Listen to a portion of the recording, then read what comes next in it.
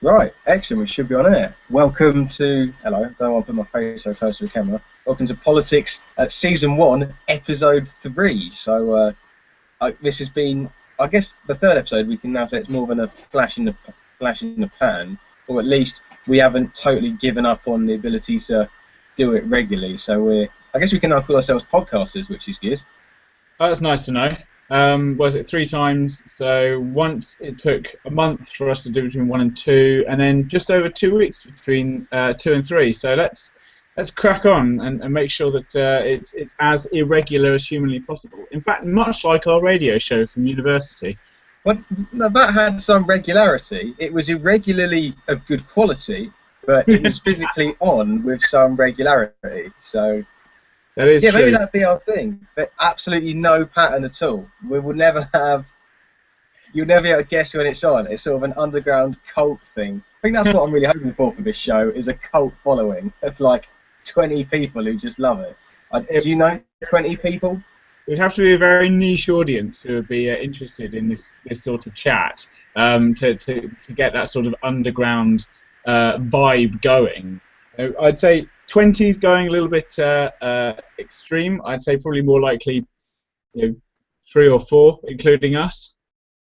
Very nice. Right, we should be back on air, I think, but I'm not really sure because I forgot the second episode of this we did. Somehow I managed to save it, but without it being broadcast live. I can't remember how I did that. So I think this one is being broadcast live. What I'm going to do is subsequently save them both, delete them, and then mash them up into one big file. But anyway, I will start the countdown timer because I've got some apologies or what's not omissions. What's it when newspapers say what they've done wrong? Retract. Yeah, sort of a retraction, but different. But I've basically got the facts that I needed last week. That's helpful. Why didn't you have them last time? Well, because I was hideously underprepared.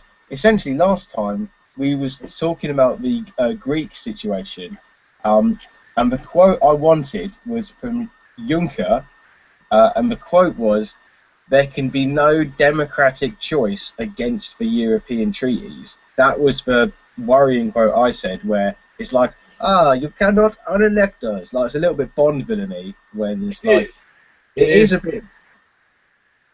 But I mean, obviously, one of the best things Raj ever said is that Juncker looks like a middle-aged bank clerk because it's really funny. Irrelevant of where you lie politically, being mean to people in power and positions of authority is always funny. Yeah. Because they can just go cry about it in their big house. Yeah. We like to vilify David Cameron and the like for the simple reason that it's funny.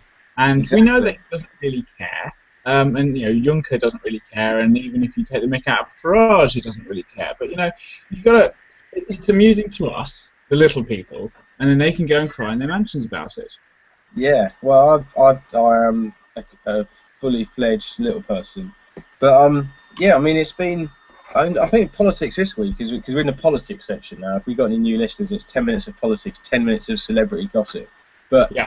I think politics this week is just been dominated by, well, more tedious build up to the election, and then did you see the thing that come out from Russia? Like, Putin's admitted that he'd been planning to annex Crimea for quite a while, which in a way, this is going to sound terrible, but makes me feel a little bit happy because I can't help thinking that if, like, the UK government was going to annex an area, they would probably think about it on Tuesday morning and then start doing it on Tuesday afternoon. Like, there would be no planning whatsoever. So at least Putin's done put a little bit of thought into it. Well, I'm not trying to sort of defend his actions, but at least they've admitted to planning stuff. I don't think the coalition government has planned anything for a couple of years. So not since they came in, to be quite honest with you. It's sort of they sort of thought they were going to be able to plan something. Then the Tories would put something forward. The Lib Dems would then come back with something else. And by the end of it, we'll have planned to. The problem is, we'll have planned to annex, sort of, for argument's sake, the Republic of Ireland. Ended up annexing northern France because someone complained. Yeah, because it was somehow offensive, or I mean, Yeah, like, exactly. I don't.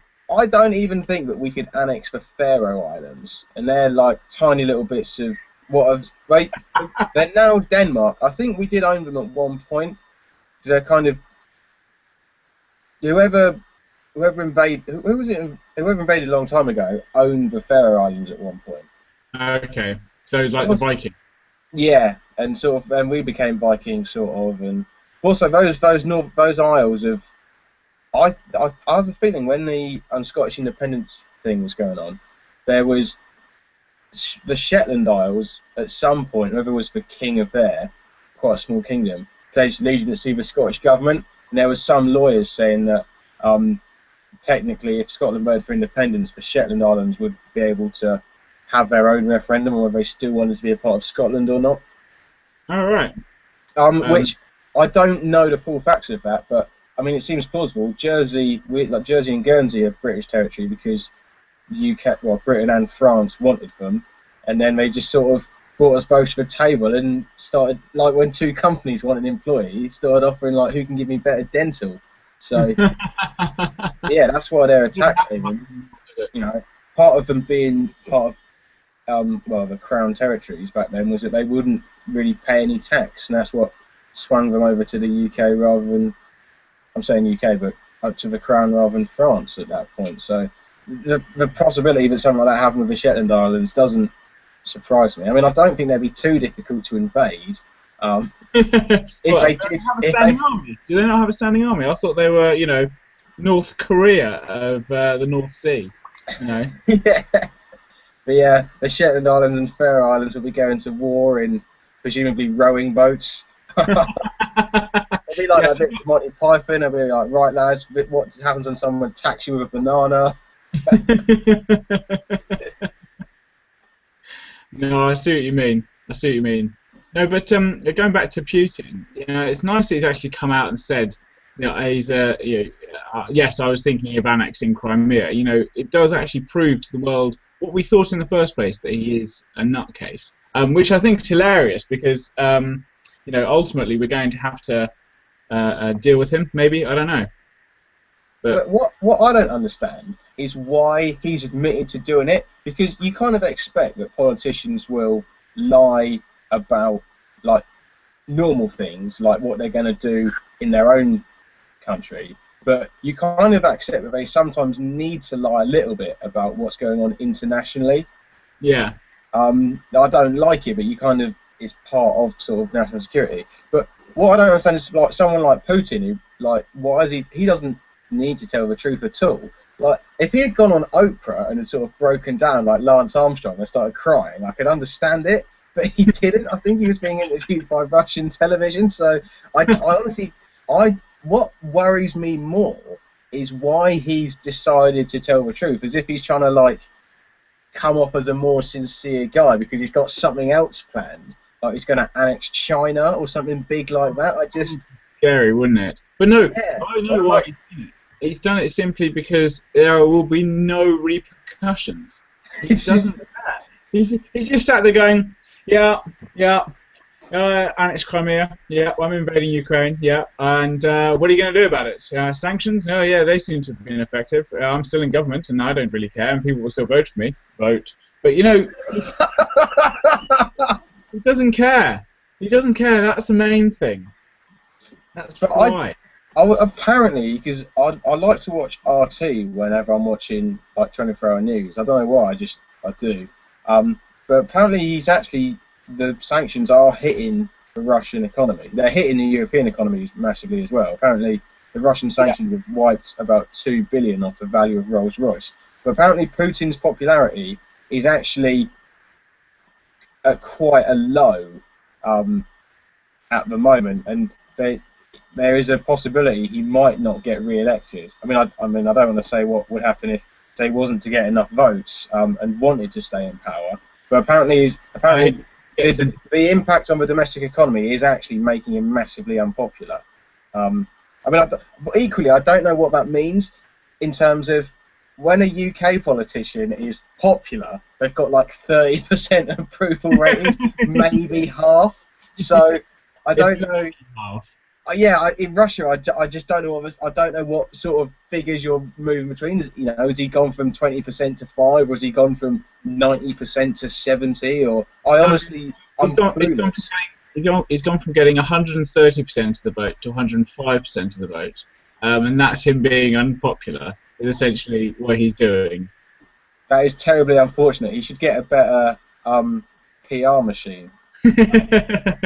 Call it the Department of Propaganda. I don't know, but you've seen the Lego Movie, haven't you? Will you think badly of me if I say no? Yes. Then no. I need to watch it. It's on my to-watch list. I'm making my way through Walking Dead, which is good because there's zombies and they're dead and they walk around, and I quite like that. Which is weird because normally I find all that zombie stuff horrendously boring and rather trivial, but I don't know, I've just got a bit hooked. But anyway, continue with your analogy as if I had seen the film in question, because it may be of interest to the audience that we don't have. Exactly, yeah. In the film, the evil bad guy, a gentleman called Lord Business, he owns everything, and he gives everybody the voting machines as well. Like, he's designed and built the voting machines, and I think that's what Putin's done. You know, would you like to say yes to Putin or say no to somebody else? Not really a choice, is it? Heads I win, tails you lose kind of situation. Yeah, that's exactly it. Well, I mean, at least it's sort of effective, I guess. You can't argue with results. The proof of the pudding is in the eating. So, yeah, that's good. Also, oh no, we've got 13 seconds left to carry on talking about politics. Yay! I feel like it's been a weak week for politics. Also, I haven't been doing too much information. I've just been going to the gym. Although David Cameron's decided he doesn't want to do an election debate. Have you seen that? Yeah, we should probably carry on talking about politics because that is actually quite important. He wants to rob the British people of the chance for him to look like a moron on television, which I think is really disappointing. I mean, it's an ancient institution dating back as far as 2010. So. Yeah, but however, he was the one who championed it in the first place. He called out Nick Clegg and Gordon Brown and says, you know, if you're not man enough to come up on stage with me and give out your policies, then I don't think you should be running this country. And quite frankly, I never thought he should be running the country in the first place.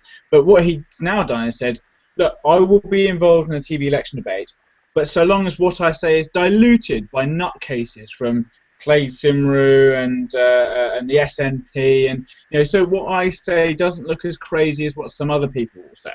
Is essentially what he's done, and I think they should just empty chair him, just not invite him to any of the, not even the head-to-head. It'd just be Ed Miliband in a room, and I couldn't think of anything more boring than having Ed Miliband talking to someone like Nicholas Parsons for an hour and a half on end. But if you just sat him opposite an empty chair, that symbol alone would just destroy David Cameron. Just absolutely destroy him, which would be great, but I wouldn't vote for Miliband either. I think it's unfortunate in a way, because if Miliband was the one who didn't want to do it, you could just stick a beaker puppet on the podium, but there's nothing that exactly looks like Cameron. I mean, obviously he looks like a swollen, posh-faced baby. But no, there is. What you can do is just put George Osborne in the seat, because let's be honest, they are interchangeable. Bits of their head and bits of their body are just interchangeable because they are basically the same person. So you sit George Osborne in the seat and pretend it's David Cameron, because you get away with that. A lot of people wouldn't know the difference. Mr. Potato Head Conservative Edition. No, but I genuinely think the TV debates have almost. The problem is that they've come at an interesting point in British politics. If they'd come in the 80s, when there was only two parties, well, there was a rise of the Liberal Party, which made of Democrats, but you know, certainly in the 90s, there would have been a two-way debate and a three-way debate. Like in the US, there's only ever really two parties. Yeah. But because this election is actually quite unknowable, that's where the problems come in. To me, the only real solution is I appreciate I appreciate the argument of sort of the SNP and Plaid Cymru saying if we're not on TV for the debates, people aren't going to vote for us. But the issue is if you're only standing in certain regions, if you're not a national party, then I don't know what the solution is. Whether it'd be better to have a Scottish debate, a Welsh debate, a Northern Irish debate, and a English debate, where I mean, I appreciate there's difficulties in that of would you have UKIP in Scotland and Wales? That's a much trickier question to answer. But, I mean, as far as I'm aware, there are sort of Northern Ireland branches of Labour and the Conservatives. Yeah. There's definitely a Scottish Tories and Scottish Labour, but Northern Irish politics has been dominated by, I mean, a sort of semi-religious, sectarian sort of politics for a very long time. I think Labour do occasionally win seats. I think the Tories occasionally win seats in Northern Ireland, but in general, it's Plaid versus... No, not Plaid, sorry, it's DUP and Sinn Féin in there. Yeah. Whereas in Scotland and Wales, the situation is sort of similar in that there's Labour, Conservative, Lib Dems, and the left-leaning Nationalist Party, and then possibly UKIP as well. And even having a debate with 5 parties would get messy. I mean, a debate with 9 parties is going to be a calamitous joke, but I still think it should go ahead, even though it will. Everyone knows it's going to be terrible, because that's just the way of things. But I think not turning up is a problem. But equally, I don't know what the solution is. Either have a much longer debate at, say, 2 hours, where the people are going to get bored and the politicians will just start repeating themselves, or because I mean, with 9 people and 1 hour, assuming they all speak equally, the most they can speak for is like 6 minutes and 13 seconds, something like that. Yeah, would you not sort of give them an elevator pitch opportunity and sort of say, why should we vote for you? And then give them sort of 30 seconds each and then have questions from the audience, I suppose. But, you know, in my view, why don't we just have sort of one with the 3 main parties in Westminster, a debate there, have that on, like we did the first time around, have 3 different debates with those main party leaders. Then after that, have, because, you know, there's like Scottish Labour have their head of Scottish Labour, and so do the Scottish Tories, they have their head of the Scottish Tories. So then you'd have those 2 and the head of the Scottish Lib Dems up against like Alex Salmond. And then in Wales, the same situation for whoever's in charge of Plaid Cymru. So, or Plaid Cymru, or whoever it's called. I can never say Plaid Cymru, I think, but I've actually got no idea who runs it. I know that they have openly said we will do coalition stuff with Scottish National Party because they are similar parties. Yeah. They're nationalist, leftist parties. Yeah. So what? I mean, but then, of course, you got to think about, well, where the ones. We'd have the 3 main parties, then you'd have the regional ones. I mean, I think it's worth having regional ones, but broadcast on like BBC Scotland, BBC Wales, BBC Northern Ireland. You know, so there's one of each, and then one that has in another Westminster one, but include UKIP and the Green Party. Have one with 5. So rather than having them all together in a messy 9-person frucker, as they say in the BBC now. We should just descend into madness. Why would you not do it that way around? But of course, David Cameron doesn't want to get involved in any of them. He'll only do it if he's diluted because he's a moron. Yeah, but I mean, being a moron has never stopped you becoming a member of Parliament. I think in most cases it's an actual requirement. Requirement, yeah, exactly. But yeah, I mean, in a way, I mean, the most positive spin you can put on it is that it's at least got people talking. I mean, we're now debating about debates. It's like Inception, but for a much more tedious subject. Within a debate. Interesting. Yeah, yeah, it's going to be interesting. But anyway, I feel we should move on to celebrity gossip. Now, before we move on to the fracas situation, which does sound like the mating call of a tropical bird. I've just done that and that's going to be online. That's handy. Anyway, the story I wanted to raise, which I've got up here. This is a sad and happy day for our little podcast because it's the end. It's the end of an era. Oh, has this lawsuit been settled? Well, no, it turns out we've all been conned. What? Yeah, I know. So this is next season. Next episode will be season 2, episode 1. So obviously the first trivia question from the 100th anniversary quiz will be how many episodes are in the first season. But the lawsuit we're mentioning, talking about, is the one between Brandy Glanville and Yolanda something Cuthbert. I've forgotten her name. One is a Real Housewife of Beverly Hills. One is a Real Housewife of Atlanta. So they're both housewives and they're both keeping it real, which is good. There's an article I found on BravoTV.com, which I presume broadcasts one of these fine shows. This week's episodes contain numerous references by Brandy and the other women to the lawsuit that so this must be written by the other one, by Adrian Malouf, but I allegedly filed. I want to make 100% clear that there is no lawsuit, a fact of which can be confirmed by a simple search of court records.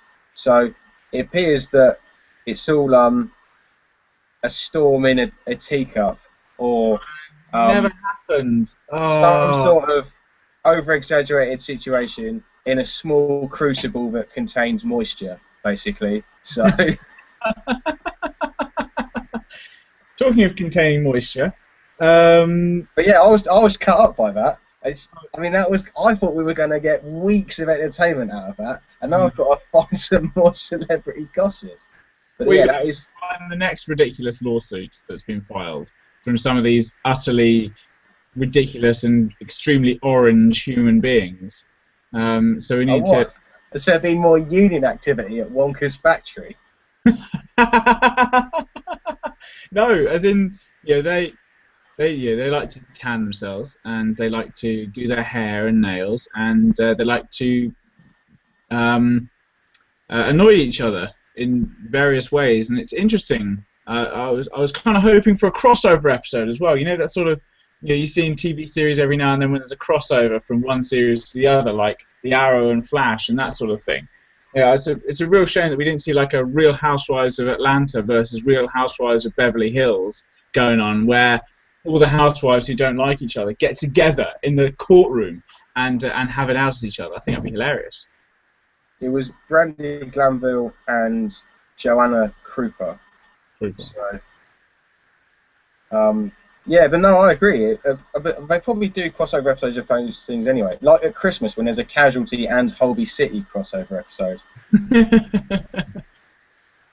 But I think the thing I was looking forward to most about this lawsuit was what sort of terminology the judge and lawyers were going to have to use in the court case, because obviously they have to be quite sort of specific and adult about it. They can't just be like, "Way fish."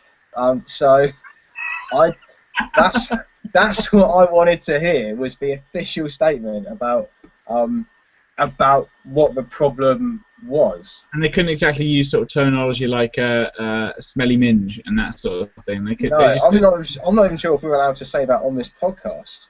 My bad. Well, no, I don't know. But yeah. You have to put a big 12 sign up on the bottom right-hand corner of them. It's 12A now, isn't it? Because of Spider-Man. Oh yeah. The only thing is, I may have lied again, because the previous article I read out was written by Adrian Malouf. So, but it was published in February, and there's nothing more online. So, I don't know if it's Adrian Malouf is a housewife, or if she's just the lawyer, or. Have you done a simple search of the court records, my friend? I haven't, no, because I don't know how to the US court. If anyone's tuned in from America, which they obviously aren't. Well, you never know. I just posted a previous episode on Facebook. We might get a few views from that.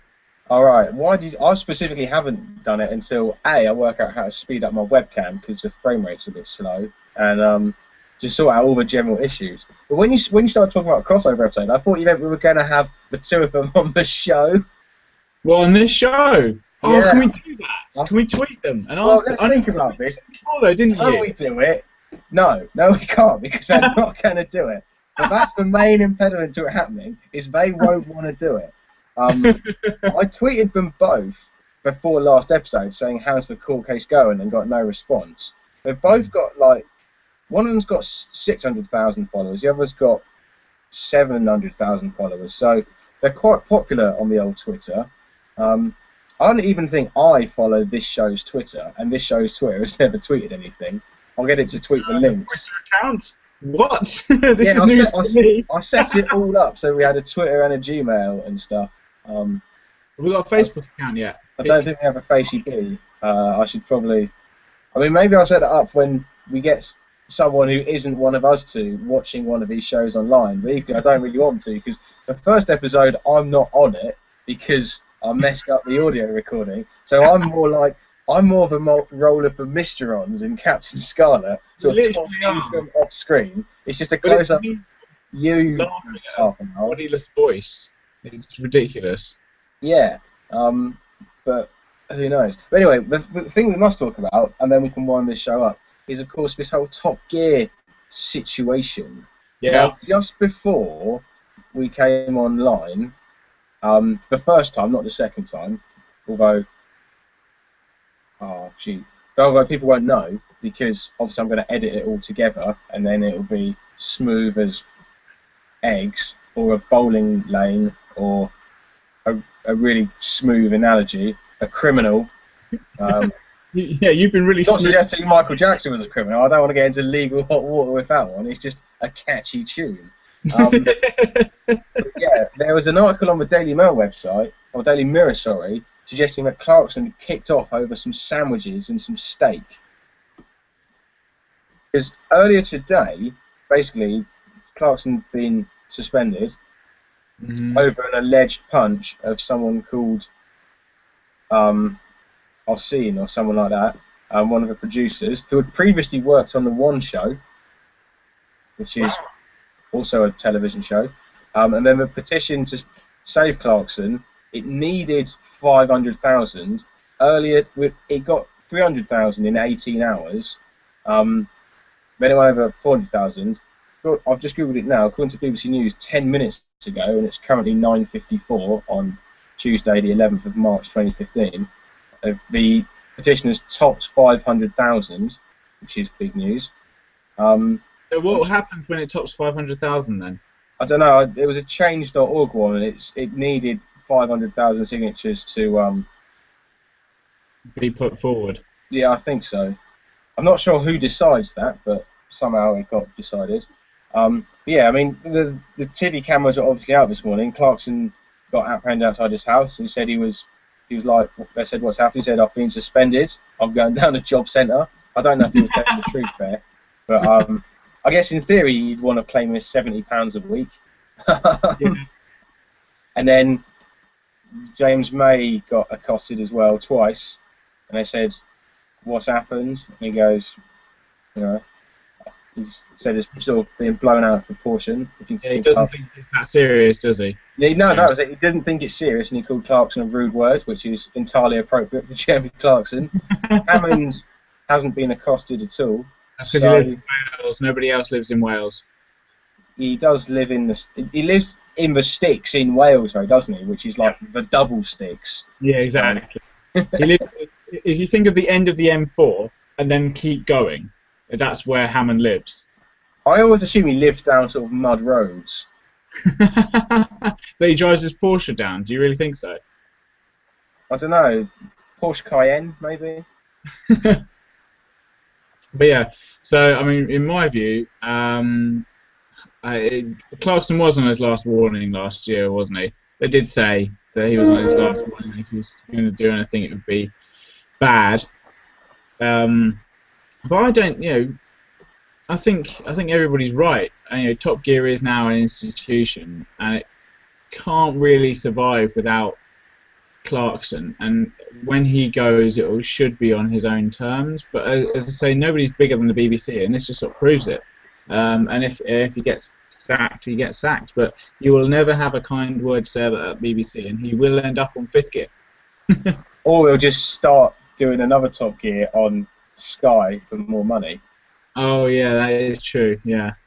One of the issues is, as far as I'm aware, Clarkson owns a lot of the rights to Top Gear. I could be wrong on this, but I think Clarkson makes a lot of money from Top Gear USA and Top Gear Australia because it's sort of syndicated to him, if that makes sense. Because point, yeah. Obviously, Hammond and May are both extremely well off and they're paid a lot of money, but Clarkson's worth, I think, absolutely dwarfs them because he's kind of in the Simon Cowell position of being on the business end, not just the performance end, if that makes sense. It does, yeah. No, I see your point. I kind of feel like this Mirror article now. It's really annoying me. If you just chat about what you think, what direction you think the podcast is going in. Well, it's going in such a good one for the simple reason that your frame split second has dropped to nearly 1. So looking at you sort of moving around is quite amusing at the moment because you're sort of jerking, and every time you smile and then go back to your normal face, you just catch the tail end of the smile. It's I think this is as professional as we will ever get it. To be honest with you, I mean, look, let's put it this way: we did a year and a half worth of radio shows together, and in that time, none of them really got anywhere near the sort of standard you'd expect from well, even a student radio station. I mean, we just we didn't really do student radio any favors with our radio show, but it was, you know, us turning up of a Thursday morning or of a Friday evening and playing the tracks that we were not supposed to play, and well, not even playing any tracks really. It was 8-minute links and playing sort of 3 or 4 in 90 minutes worth of radio. But I mean, by far, this has been the worst episode of this little foray into broadcasting thus far. But I can now bring you some more facts.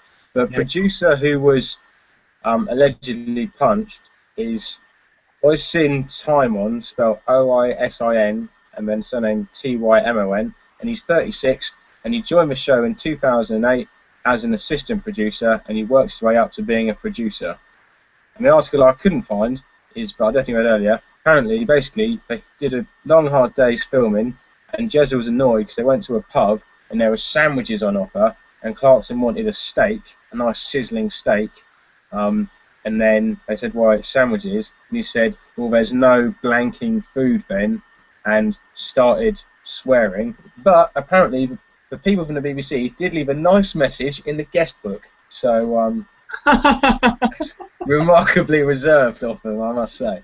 A good, you know, that's actually typical BBC, isn't it? Sort of, yes, we've done wrong, but we'll leave you a nice message. You look at all the apologies that they send out, and they should stop apologising because they are literally just apologising for apologising.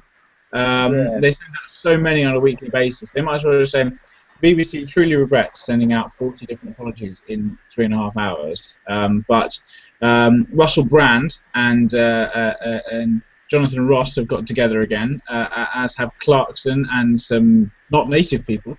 And it's just, you know, why are they issuing so many apologies? Why you kind of question why they have sort of people like this on the show or on shows. But as you say, Top Gear is so big, and Clarkson owns, if it's true, owns part of it. So it's going to be difficult to carry on at all without him. And it draws in so much money from everywhere else because it's broadcast pretty much around the world. So it's going to be difficult. I think it is interesting. I sometimes wonder with the BBC if they should just put one of those disclaimers on every show before it starts broadcasting, like the views the views expressed in this show do not express the views of the management or the BBC in general, or anyone who's even ever looked at the BBC, or anyone who's even heard of the BBC. Like, because I appreciate that sort of the talent puts stuff like that on their Twitter bio. But they just need to do that. Even if it's a show officially broadcasting the views of the BBC, they should still say that it doesn't reflect their views. Just so it's like a massive smokescreen. I think that's the right way to go about it. Reinstate Top Gear because everybody loves it, and then just say, actually, we don't really want the show to be on air, but we're kind of making too much money on it to quit. So we're just going to put a disclaimer on here saying that if you don't like it, tough, really. Yeah, that's what we've been doing, but not like being public about it. Is sort of generally they've given him a slap on the wrist on more than one occasion, and they've been saying sort of, yeah, if you don't like this show, tough, it's making us millions. Yeah, I mean, it is obviously one of the best jobs in the world, so I'll probably tweet them putting myself forward to do the role, but I don't know if they'll get back to me, especially not if they have the responsiveness of Brandy Glanville or Joanna Krupa. They'll just leave me mugged off in cyberspace. But I think that's what's so funny about Top Gear is, depending on like where you stand, there's a lot of people who claim that the world is more left-leaning than it was 20, 30 years ago, and I think there's probably some truth in that, which is why you now have a load of balding, well, not necessarily balding, but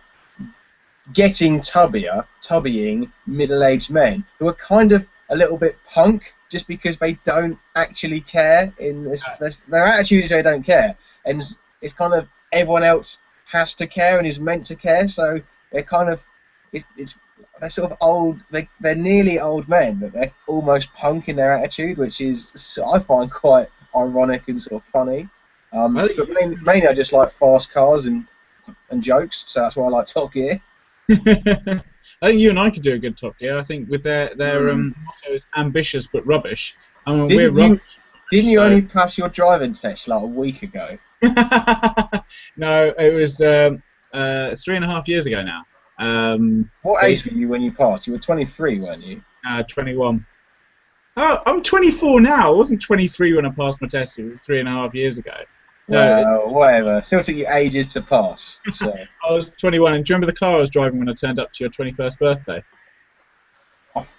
If memory serves, it was a Seat or a Citroen, but I could be wrong on that. I thought it was something French. City Rover. Oh yeah. I've got a Citroen now. Yeah, well, you've got to be driving a German whip. I mean, I drive a Seat, but it's an Ibiza, which is essentially a German whip. Yeah, because they're all designed, all got the same floor plan. Yeah, it's the same car. It's like the Igo and the Aston Martin Signet. Yeah, and the Citroen C1. Yeah. Now, one of those three we've mentioned is significantly more expensive than the other two. Is the Aston Martin more expensive than the other two? Really, I did not know that. It is actually, yeah. You would have expected that, and it's true. Yeah. And we're not talking like a little bit more expensive. We're talking sort of, it costs about £35,000. It's not a cheap car. Oh, and is only available to current Aston Martin owners. Is it? Oh. Yeah, I mean, you can buy them online, like second-hand, but if you wanted it new, you can only buy it if you already own an Aston Martin. Fair enough. Well, because the other one is the Mercedes A-Class, which is a bigger car, but it's like, if all you ever wanted to do in your life was drive a Mercedes, then you can technically do it, but I don't know if you get the same feelings of success, really. Although the A-Class is a good-looking car, and if you get the AMG version, it will set you back a good £45,000. Yeah, that's the joke. But from what I understand, the A-Class isn't actually a bad car. It's a bit overpriced because of the badge. But if you get one second-hand, the depreciation's gone. I mean, I assume it'd be reasonably well made, but the Signet just... Like, the A-Class was a joke because it's a really expensive, small Mercedes. But the Signet takes that joke and puts it on steroids, but make it smaller. Like, smart cars are what you're thinking about, mate. Yeah, that's it. Not the smart car and C1 have got different things. Yeah, but the A-Class is bigger than a C1 or a Signet, but it's a smart car that's got a similar floor. It's a two-seater. It's about that big, and yeah. Yeah. Anyway, this has been an excellent episode. Well, it hasn't. It's been truly terrible. We'll try and. I mean, how long has it been since the last episode? We did it on a Monday, so it's been 16 days. Yeah, we'll try and do the next one sort of 9 days from now, or something nice and irregular like that. Yeah, week Friday. That sounds good. Let's do it then. Yeah, I probably won't be out because I'm very boring. So, Oh no, no, I'm out on a date a week Friday. Sorry. all right, good luck. Well, we'll just you can just get the Google Hangout app on your phone, and halfway through dinner. Just pop outside and just be like, yeah, yeah, I'm just talking stuff. Why not? Yeah. Yeah. So yeah, Putin. Anyway, Yeah. it's been a pleasure. And if anyone is watching this online in the future, so this will be in your past. Happy future. Bye for now.